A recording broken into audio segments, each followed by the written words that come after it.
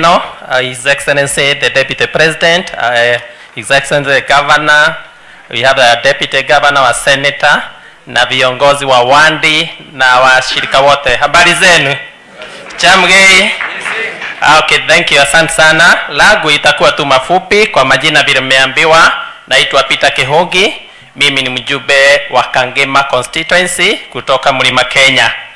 Mimi nimekuja pamoja na His Excellency the Deputy President ambaye ndiye kiongozi wetu kwa mkoa Mlima. His Excellency, mimi nimetoka huko chini. Tumekuwa councilor na area MCA. Na kuna mzee naye hapa ndiye alikuwa CEO wetu. Anaitwa Rotich. Kila wakati tukitaka safari tukiwa MCA, tukua councilor, yeye ndiye alikuwa anasimamia the whole nini. Yeye ndiye alikuwa huko kwa Argak. Ndiye alikuwa anatusaidia. Na mzee kila siku amekuwa kila wakati ananipigia. Ananiuliza, Mheshimiwa Kihongi, mlima iko namna gani? Namwambia mlima iko na rigiji. Ananiuliza na hizo sauti nasikia ni nini? Namwambia hapana, mlima iko na rigiji, si tuko nyuma ya Deputy President na rais wetu. Hakuwa anaamini sana. Naye Mungu, nafikiri His Excellency the Deputy President anaomba Mungu. Anaombanga Mungu. Saa hii kumekuja inaitwa Gen Z. Imetigiza mlima, sisi wote tumeachwa chini. Rais Deputy President peke yake ndiye ameachwa amesimama. Wale wote walikuwa wanashindana na yeye kwa sauti, unauliza nani, wote tuko chini sasa.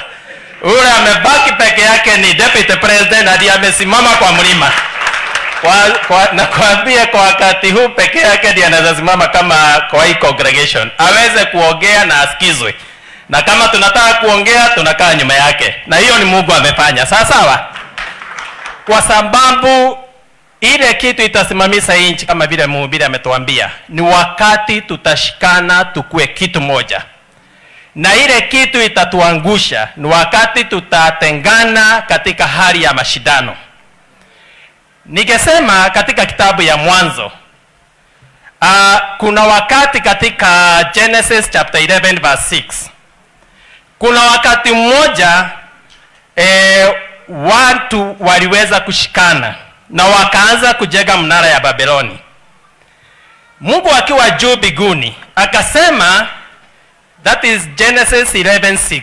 Akasema, kulingana na vile nimeona watu wameanza kufanya na wanaongea kwa lugha moja, chochote ambacho wataamua kufanya lazima watafaulu.